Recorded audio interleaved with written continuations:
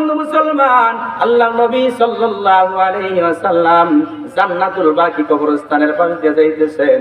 আল্লাহর নবী দেখলেন একটা কবরের মধ্যে ভীষণ আযাব চলতেছিল। আল্লাহর নবী সাহাবীদের ডাক দিয়ে বলেন, ও সাহাবীরা দাঁড়াও। সাহাবীরা দাঁড়িয়ে গেল, ডাক দিয়ে বলে, তোমরা কি বলতে পারো এই কবরটা কার? সাহাবীরা বলে, ইয়া রাসূলুল্লাহ, এটা কার কবর? আমরা তো বলতে পারি না। আল্লাহর নবী বলেন, তাহলে তোমরা কয়েকজন সাহাবী চলে যাও, ওই যে গ্রাম দেখা যায়, গ্রামের সকল মানুষগুলা এখানে আসতে বলো। সাহাবীরা চলে গেলেন, গ্রামের মধ্যে ঢুকে পড়লেন। যাওয়ার পর বলতেছে, ও গ্রামবাসীরা শোনো, আল্লাহর নবী সাল্লাল্লাহু আলাইহি ওয়াসাল্লাম জান্নাতুল বাকি কবরস্থানে আছে, সকলকে সেখানে যাইতে বলছে। আচ্ছা বলেন তো, আল্লাহর নবী যদি যাইতে বলে মানুষগুলা যাবে কি যাবে না?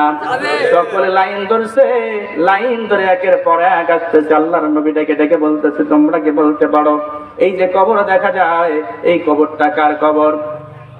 প্রত্যেকটা মানুষ একই জবাব দেয়, এই কবরটা কার? আমরা বলতে পারি না, এই কবরের খবর বলতে পারি না, অনেকদিন আগের পুরনো কবর, কার কবর বলতে পারি না। আল্লাহর নবী লক্ষ্য করে দেখলেন সকলের পিছে একজন বৃদ্ধা মহিলা আসতেছে। বৃদ্ধা মহিলা আসার পর আল্লাহর নবী ডাক দিয়া বলেন, ও বৃদ্ধা মা, এই যে একটা পুরাতন কবর দেখা যায়, কোনো মানুষ এই কবরের সন্ধান বলতে পারে না, এই কবরটা কার কেউ বলতে পারে না, আপনি কি বলতে পারেন এটা কার কবর? আপনি কি বলতে পারেন?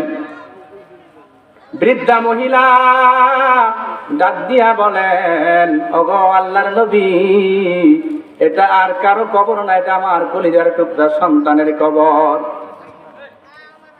আল্লাহর নবী ডাক দিয়া বলেন, ওগো বৃদ্ধা মা, আপনার সন্তান কি নামাজ পড়ে নাই? আল্লাহর বান্দি ডাক দিয়া বলেন, ওগো আল্লাহর নবী, আমার সন্তান তো 5 ওয়াক্ত নামাজ পড়ছে, রোজা কি রাখে নাই? বলে রোজাও তো রাখছে, দান সদকা করে নাই, কই সেটাও তো করছে। ডাক দিয়া বলেন, ওগো আল্লাহর নবী, আমার সন্তান সব আমল তো করছে। এবারে ডাক দিয়া বলে, তাহলে বলো তোমার সাথে কেমন আচরণ করছে, তুমি সন্তানের উপরে সন্তুষ্ট কিনা বলো। এইবার আল্লাহর বান্দি মাথাটা নিচু করে দিয়া চোখের পানি ছেড়া দিয়া ডাক দিয়ে বলো, আল্লাহর নবী, কি বলবো, আমার সন্তানের সব আমল তো ঠিক ছিল, কিন্তু আমার সাথে সম্পর্ক ভালো ছিল না, আমাকে কষ্ট দিত। বলে কেমনে গো? ডাক দিয়া বলেন, ওগো আল্লাহর নবী, আমারে বড় কষ্ট দিত। আল্লাহর নবী ডাক দিয়া বলে, তাহলে তুমি মনে হয় সন্তানের উপর অসন্তুষ্ট, আজকে তোমার সন্তান জাহান্নামের আগুনের মধ্যে চলতেছে, কবরের মধ্যে। এইবার ডাক দিয়া বলেন, ওগো বৃদ্ধা মা, তোমার সন্তানকে যদি তুমি এই মুহূর্তে মাফ করে না দাও, তাহলে তোমার সন্তান জাহান্নামে গ্রেফতার হয়ে গেছে, তার কবরটাই জাহান্নামে ভরপুর হয়ে গেছে, তার কবরের মধ্যে দাউ দাউ করে আগুন জ্বলতেছে, আযাব হইতেছে, তোমার সন্তানকে মাফ করে দাও। আল্লাহর বান্দি বলে, না না, আমি আমার সন্তানকে মাফ করতে পারবো না। আল্লাহর নবী ডাক দিয়া বলেন, ওগো আল্লাহর বান্দি, এমন কি কষ্ট তোমার দিয়েছে বলো? আল্লাহর বান্দি ডাক দিয়া বলো, আল্লাহর রাসূল শোনেন, আমার সন্তান দেশের বাইরে থাকতো, আমার সন্তান বাইরে থেকে বাড়িতে আসছে, আমার বৌমা আমার সন্তানের কাছে কি যে বলেছে আমি জানি না।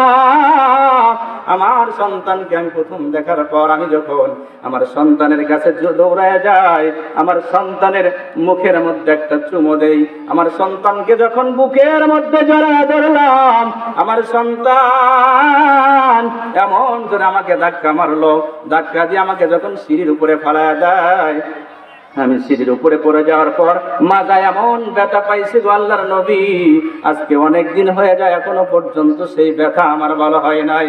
সুতরাং এমন কষ্ট যেই সন্তান দিল, অনেক দিন আগে ওই বাচ্চাটার ছোট রাইকা স্বামী যখন মারা যায়, ওই সন্তান আমি পরের বাড়িতে কাজ কইরা কইরা এই সন্তানরে বড় করছি, আর সেই সন্তান আমি মাকে এমন ভাবে ধাক্কা দিল, সেই সন্তানকে আমি ক্ষমা করতে পারবো না। আল্লাহর নবী আল্লাহর দরবারে হাত তুলে ডাক দিয়ে বলে, মাবুদ, কিছুক্ষণ সময়ের জন্য তোমার বান্দির অন্তরের চোখটা তার সন্তানের কবরের দিকে ঘুরায় দাও। কন্যা সুবহানাল্লাহ। আল্লাহর নবীর দোয়া কবুল। আল্লাহর বান্দি অন্তরের চোখ দিয়ে যেন সন্তানের কবরের আযাবটা নিজের চোখে যেন দেখতেছেন। এইবার চিৎকার দিয়ে ডাক দিয়া বলেন, ওগো আল্লাহর নবী, আমি মা হই, আমার সন্তানের কবরের মধ্যে দাও দাও করে আগুন জ্বলতি অবস্থা কেমনে সহ্য করব? ওগো আল্লাহর নবী, আমি আর দেরি করব না, আমি এই মুহূর্তে আমার সন্তানরে মাফ করে দিলাম।